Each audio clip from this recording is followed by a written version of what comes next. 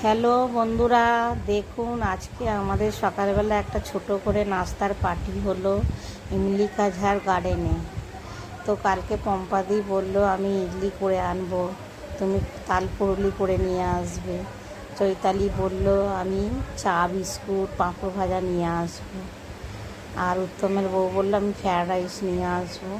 ওই সবাই মিলে নিয়ে এসে খাওয়া হয়েছে। দেখুন খুব সুন্দর লাগলো। সব দাদারা এসেছে, সব দাদা থেকে অভিমানব দা, সন্তোষ দা, অশোক দা, সুদীপ্ত ভাই, আমার হাজবেন্ড, পম্পা, আমি, চৈতালি। দেখুন সবাই মিলে আছি। একটা ছোট করে ভিডিও বানালাম। ওই দিদিভাই এসেছে, দিদিভাই যাকে বলি অশোকদার বউ, আমাদের দিদিভাই হয়। দিদিভাই আছে ওইখানে, এই দেখুন বসে আছে দিদিভাই। সবাই মিলে নাস্তা খাওয়া হলো।